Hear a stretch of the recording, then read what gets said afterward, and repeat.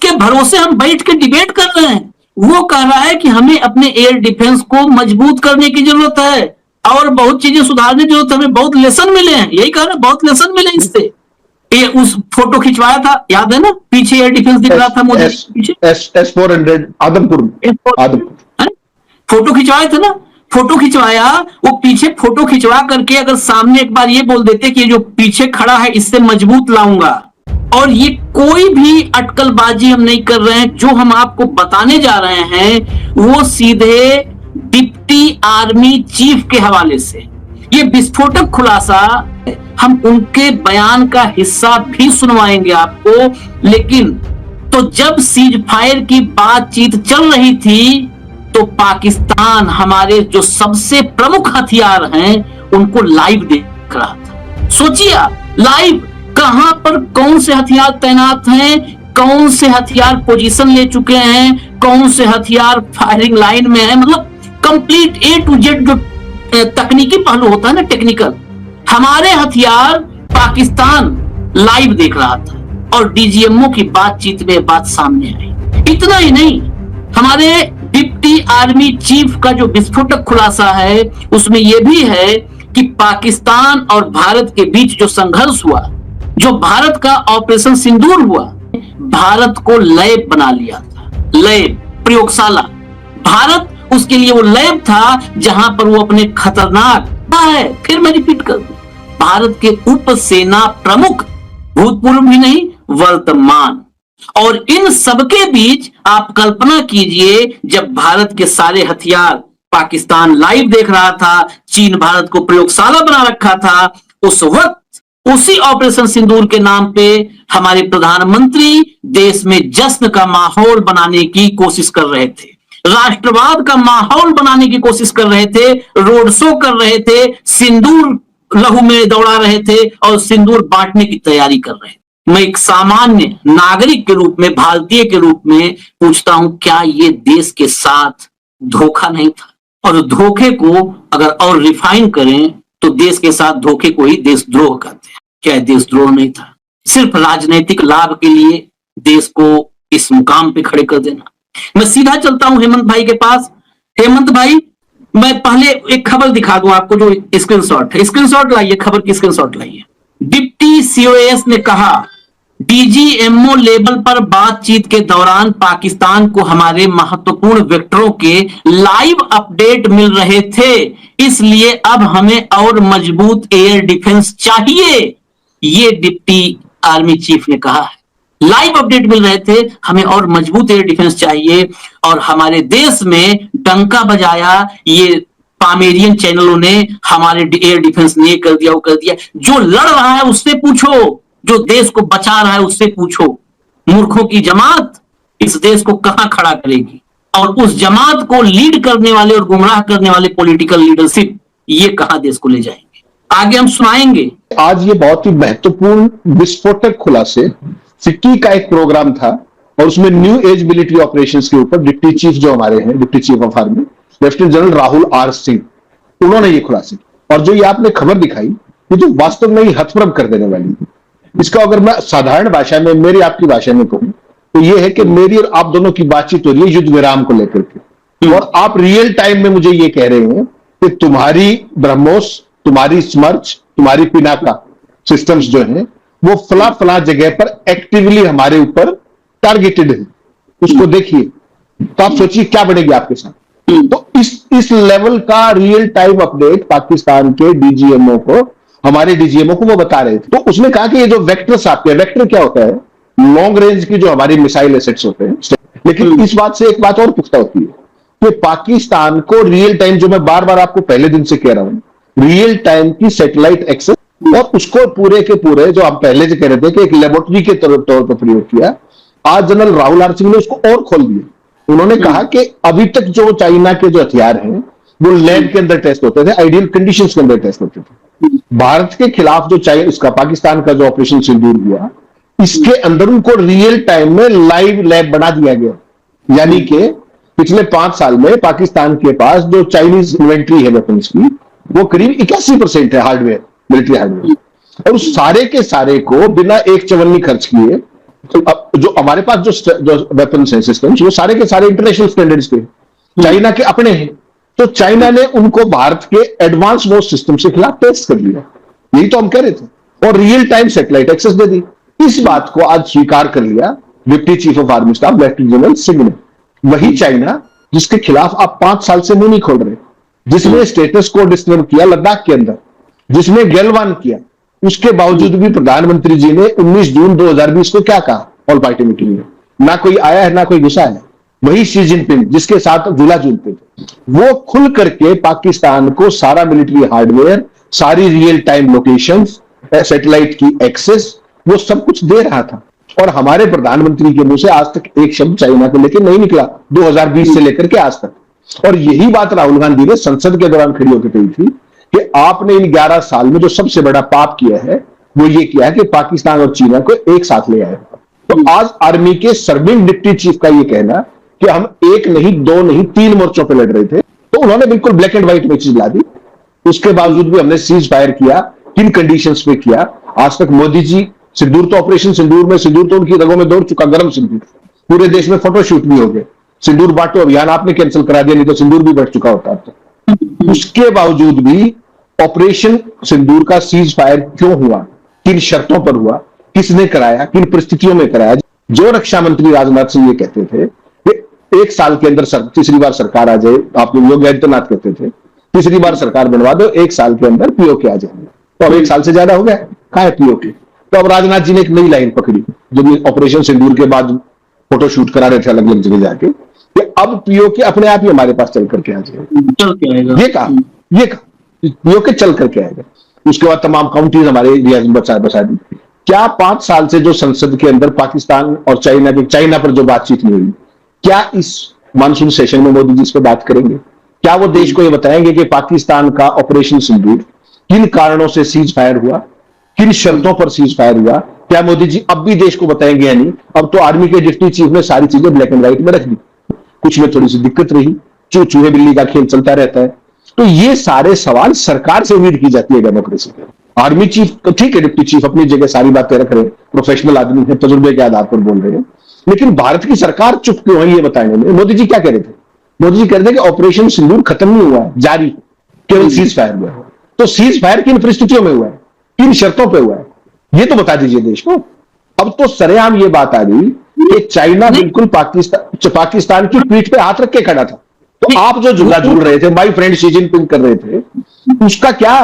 वो बताइए ना कि आपने 1 नहीं 2 नहीं 3 मोर्चों पे सेना ने लड़ाई लड़ी, और वो सेना को आज बताना पड़ रहा है और सरकार चुप है। सरकार की बाजुओं के अंदर आपको पता है सिंदूर लौट रहा है, गर्म सिंदूर। इस चीज का जवाब देना चाहिए कि किन कंडीशंस पे ऑपरेशन सिंदूर किया, सस्पेंड किया, सीज फायर किया। ये तो क्लियर हो गया ना कि जो हमारे जो वेक्टर्स थे उनकी लाइव लोकेशंस को वो कह रहे थे कि इनको एक्टिवली से हटाइए, तो इसका मतलब साफ है। फिर आपने सीज फायर क्यों किया? सवाल ये नहीं, सीज फायर जो आपने कहा कि सीज फायर किया, ऑपरेशन सिंदूर चल रहा है, भ्रम हम लोग कई चर्चाओं में कह चुके हैं कि भ्रम एक ही तो कला है, भ्रम पैदा कर दो, इतना कंफ्यूजन पैदा कर दो कि आदमी समेट ही ना पाए। सीज फायर का ऐलान हो गया, भारत की तरफ से भी विक्रम मिश्री जी आ गए, तो सीज फायर किस चीज का हुआ? जब ऑपरेशन सिंदूर का नहीं हुआ तो किसका हुआ?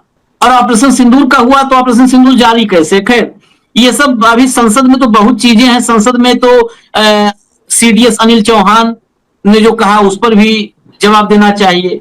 संसद में कैप्टन शिव कुमार ने क्या कहा उस पर भी जवाब देना चाहिए। संसद बोल दी कि 81% हार्डवेयर चाइनीज उन्होंने टेस्ट कर लिया, भारत में सब इस्तेमाल कर लिया, चेक कर लिया, सब नहीं, मत जितना कर पाए उतना, मौका जितना उनको मिला उतना कर पाए, कर लिए। आप बताइए, भारत की पॉलिटिकल लीडरशिप ने एक बार भी समीक्षा होती है ना, आपने तो कवर किया है ना डिफेंस को, हम लोगों ने देखा है, हम न्यूज रूम में बैठ करके देखे हैं, आप लोगों की आंखों से हम देखते रहे हैं, जो कवर करते रहे। जिसके भरोसे हम बैठ के डिबेट कर रहे हैं वो कह रहा है कि हमें अपने एयर डिफेंस को मजबूत करने की जरूरत है और बहुत चीजें सुधारने की जरूरत है, हमें बहुत लेसन मिले हैं, यही कह रहे हैं, बहुत लेसन मिले इससे। और हमारे देश में कहीं कोई चर्चा है एयर डिफेंस पर? ये उस फोटो खिंचवाया था, याद है ना, पीछे एयर डिफेंस दिख रहा था मोदी पीछे, S400 आदमपुर फोटो खिंचवाए थे ना, फोटो खिंचवाया, वो पीछे फोटो खिंचवा करके अगर सामने एक बार ये बोल देते कि जो पीछे खड़ा है इससे मजबूत लाऊंगा, इससे मजबूत बनाऊंगा, S-400 है, S-800 बना दूंगा। उतने बोल देते, अच्छे दिन टाइप हम लोग हौसला अफजाई हम लोग का करते कि अच्छे दिन आएंगे। नाम ही नहीं। क्यों? अगर आप कहोगे कि हमें सुधार की गुंजाइश है तो जनता कहेगी इसका मतलब आप कमजोर निकले, आप चूक गए। जनता आपकी सच्चाई न समझे, इस नाम पर क्या देश की सिक्योरिटी से खिलवाड़ नहीं कर रही है सरकार? नहीं आशीष भाई, आज जो जनरल सिंह ने कहा ना, उसमें बड़ी इंपॉर्टेंट बातें कही। उन्होंने कहा कि एडी को हमें थोड़ा सा और मजबूत करना होगा। टेक्टिकल वारफेयर के मामले में जो हमारे जो काउंटर रॉकेट आर्टिलरीज हैं उनको मजबूत करना होगा, ड्रोन सिस्टम्स को मजबूत करना होगा, इलेक्ट्रोमैग्नेटिक वारफेयर को मजबूत करना होगा। और उन्होंने एक बहुत महत्वपूर्ण बात कही कि भविष्य के जो युद्ध होंगे, किसी को नहीं पता कि कोई 1000 किलोमीटर दूर बैठा हुआ एक व्यक्ति कंप्यूटर के जरिए पूरे युद्ध को कंट्रोल कर रहा है। उन्होंने ये बात की, यानी कि उसको जो ओवरऑल जो युद्ध की जो पूरी डायमेंशंस है नए दौर में, इस सेमिनार का मतलब ये था कि न्यू एज जो मिलिट्री ऑपरेशंस, नए दौर में जो मिलिट्री ऑपरेशन होंगे उसमें किस तरह की चुनौतियां होंगी, उसी को लेकर के वो सारी जिम्मेदारियां बता रहे थे कि हमारे सामने अब, क्योंकि अब रियल टाइम आपने अपनी कैपेबिलिटीज चेक कर ली कि हमारे पास यही ऐसे थे और यही हमारी वल्नरेबिलिटियां या हमारी कमजोरियां हैं, उनको हमें एड्रेस करना चाहिए। तैयारी रखी हुई है कि हमें 5 फ्रंट वॉर है। 3 तो आपने वो जो बेकार वाले कंट्रीज हैं वो तीनों गिनवा दिए, उसमें मुझे कोई प्रॉब्लम नहीं है। हम जो चौथी लड़ाई लड़ रहे हैं वो इकोनॉमिक लड़ाई लड़ रहे हैं। हम अपनी लकीर को ऊपर लड़ने की लड़ाई लड़ रहे हैं, जिसमें पूरी दुनिया भी अगर हमारे अगेंस्ट हो जाए हम वो लड़ाई लड़ लेंगे। बांग्लादेश अगर कोशिश करना चाहे वो कर ले, चीन अपनी कोशिश करना चाहे वो कर ले। मैं बड़ी जिम्मेदारी से इवैल्यूएट ये भी कर पाऊंगा, चीन ने अपने आप को हमेशा से, और दुनिया ने चीन को हमेशा से एक बहुत बड़ा देश समझा, बहुत बड़ी ताकत समझा, इसमें कोई शक भी नहीं है। नंबर गेम में अगर डाटा में चलेंगे तो यस, उनके नंबर ज्यादा हो सकते हैं, जहाज के नंबर ज्यादा होंगे, शिप के नंबर ज्यादा होंगे, मे बी जो न्यूक्लियर मिसाइल्स हैं उनके भी नंबर ज्यादा होंगे। मैं आपको बड़ी जिम्मेदारी से ये भी कह सकता हूं, यस चैलेंज है, बट चैलेंज कहां नहीं है? चैलेंज हर जगह है दुनिया में। अगर आज हम इन 3 कंट्रीज की बात करें, मैं बिल्कुल मानता हूं कि तीनों के तीनों अगर मिलते हैं, मिलने की कोशिश करते हैं, हमारे अगेंस्ट जाते हैं, ये तीनों कंट्री छोड़िए 10 और कंट्रीज हैं जिन्होंने हमें इकोनॉमिकली रोकने की कोशिश करी, हमारी टेक्नोलॉजी डेवलपमेंट को रोकने की कोशिश करी। तो ये जो एससीओ समिट हुआ है उसमें हम बड़े लोगों जैसे बात करें, बीजिंग ने भले ही इसको होस्ट किया है, चाइना ने होस्ट किया है, लेकिन भारत का अपना महत्व है इस एरिया में। और ये छोटे लोग हमारे साथ हैं, हमारे मोहल्ले के छोटे भाई हैं, इनको थोड़ी देर के लिए हमने रखा है, ठीक से नहीं रहेंगे तो हम बता देंगे इनको। और इस मीटिंग में रक्षा मंत्री ने साइन नहीं किया क्योंकि आतंकवाद का, टेररिज्म का जिक्र नहीं था, इसीलिए उसमें साइन भी नहीं हुआ। डबल स्टैंडर्ड हुआ, जैसा आप सब जानते हैं। एक तरफ तो आप कहते हो कि बलूचिस्तान में भारत प्रश्रय दे रहा है और जाफराबाद के एक्सप्रेस पे आप साइन करा लेते हो, और एक तरह से इनडायरेक्टली कहते हो कि वहां का बोलो यहां का ना बोलो। तो पहलगाम के अटैक को आपने नहीं माना, ये चाइना और पाकिस्तान का नेक्सस था, उन्होंने इसको प्लान किया था। जब ड्राफ्ट पड़ा तो उसको मना कर दिया गया। आप ऐसे नहीं कर सकते, दो तरह की बातें नहीं कर सकते, क्योंकि आपकी गति, आपका इकोनॉमी, आपका सब कुछ पीछे चला जाएगा। युद्ध कोई नहीं चाहता, ये इसका मतलब है, और कोई नहीं चाहता कि इस तरह से लड़ते रहे।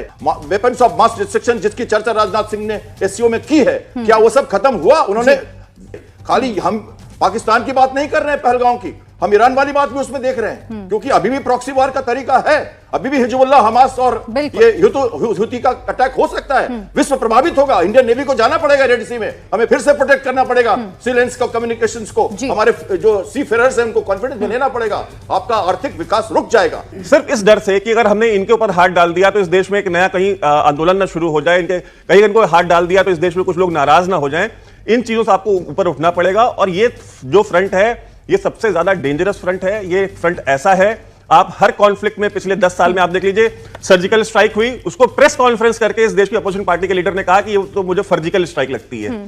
पुलवामा का हुआ, उन्होंने कहा कि इसमें तो कुछ हुआ नहीं, कौवे मरे और कुछ पेड़ गिरे, जो कि आईएसपीआर का नैरेटिव था। हमारे राफेल गिरे हैं, ये गिरे हैं, हमारे 6 प्लेन गिरे हैं, ये आईएसपीआर का नैरेटिव था, उसको यहां पे पुल किया गया। तो ये कौन से लोग हैं, इनको एक्सपोज किया जाए, इनके खिलाफ कानूनी कार्रवाई की जाए, इनको जेलों में डाला जाए।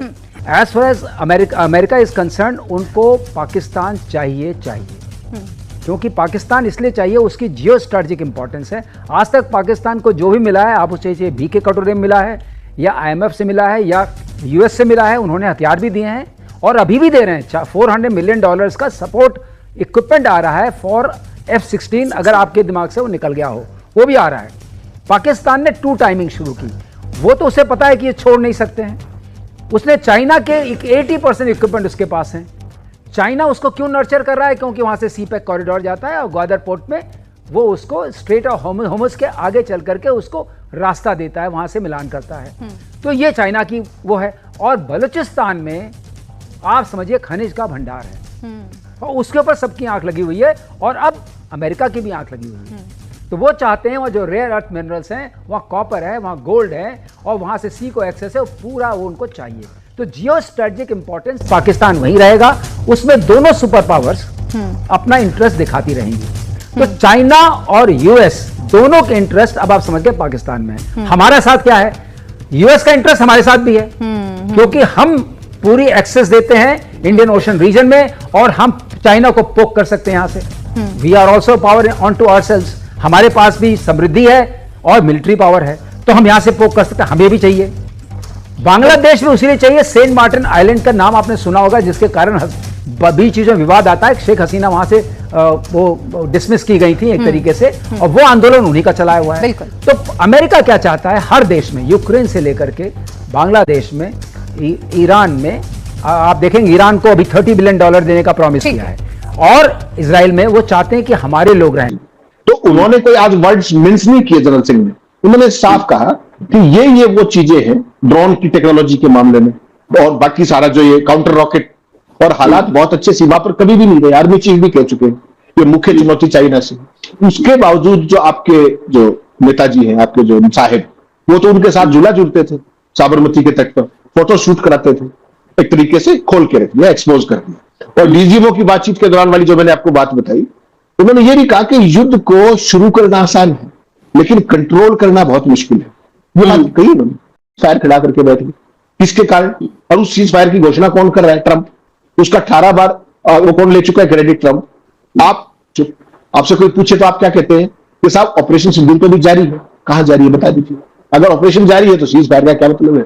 सीज फायर है तो ऑपरेशन कैसे जारी है बता दीजिए। विरोधाभास नहीं है क्या? तो ये एक खास भक्त मंडली को एक खुराक दे करके युद्ध उन्माद कहते हैं इसको, युद्ध उन्माद। आपने आज तक मोदी जी के मुंह से या रक्षा मंत्री के मुंह से या उनके किसी मंत्री के मुंह से It is the biggest economy of the world, and everyone wants to sell goods to the US. It is obvious that it is the biggest market in the world, there is no doubt about it. And when a president like Trump comes who makes that thing a hook, right? He makes that thing in order, then there is a stir in the whole world. The stock markets shake. Look at this, sir, look at Donald Trump. Pakistan and Donald Trump have the same mentality. What does Pakistan say? We will hit with nuclear weapons, we will hit with nuclear weapons. Nothing happens in the end, okay? I think this Donald Trump is also such a man. He lies daily, he will do this and that, then he says a 90-day pause, then says this much, then this, and that goes on and on. Is it right? Now they want entry in the agricultural sector. Look here, the agricultural sector is a highly protected sector and it should be so. Our farmers in India, from Kashmir to Kanyakumari, you can see the entire length and breadth. Is it right? If you put American genetically modified crops in the farmers of India, it will destroy our ecosystem. We will have to understand this matter. And this whole matter which is stuck in it majorly agriculture is a field. And I don't think the government will agree. Yes, there will be some tariffs up and down, but agriculture, you see, you can't have Americans entering the agricultural sector, right? He is looking at his own benefit. And look, nobody has any problem if Donald Trump is looking at his own benefit. America is looking at its own benefit, no problem, right? We are also looking at our own benefit. America has every right to look at its own benefit, but he is looking at our loss. This is my problem, and I think those who are negotiating should have come back. But they have extended their stay in America. They have extended it for a few more days, a week, 10 more days. Because this deadline has to be met before the critical July 9th. Nothing is known about Donald Trump. After 85 days, he will say no, I will finish it today itself. Then after 90 days, he can also say no, 90 more days, it depends. This man lies a lot. This man takes so many U-turns, and he does not take U-turns because the facts have changed. If you are taking a U-turn because the facts have changed, I respect that. When the facts have changed, a person changes his opinion, changes his decisions. This happens, right? A person changes his decisions randomly. So as of today, this is where it stands. And as of today, July 9th is the deadline. That means after 7 days, the deadline for the 90-day tariff freeze is about to end. China has actually done this, friends. China actually told Donald Trump to back off, and Donald Trump backed off because China refused. China refused, saying that we will not listen to you. Go away from here. Do whatever you want to do. If you want to do the worst, do it. We see that this person survived. Pakistan Bharat को तबाह करने लगा था, इसलिए cease fire किया। हमारी हर हरकत को पाकिस्तान देख रहा था। भारतीय डिप्टी चीफ ने सबको हैरान कर दिया। चीफ के बयान ने भारत में तहलका मचा दिया। मज़ीद अगर इस तरह की रिएक्शन वीडियो आपने देखनी है तो हमारे चैनल को सब्सक्राइब कर लें। वीडियो पसंद आई हो तो वीडियो को लाइक और दोस्तों के साथ शेयर ज़रूर कर लें।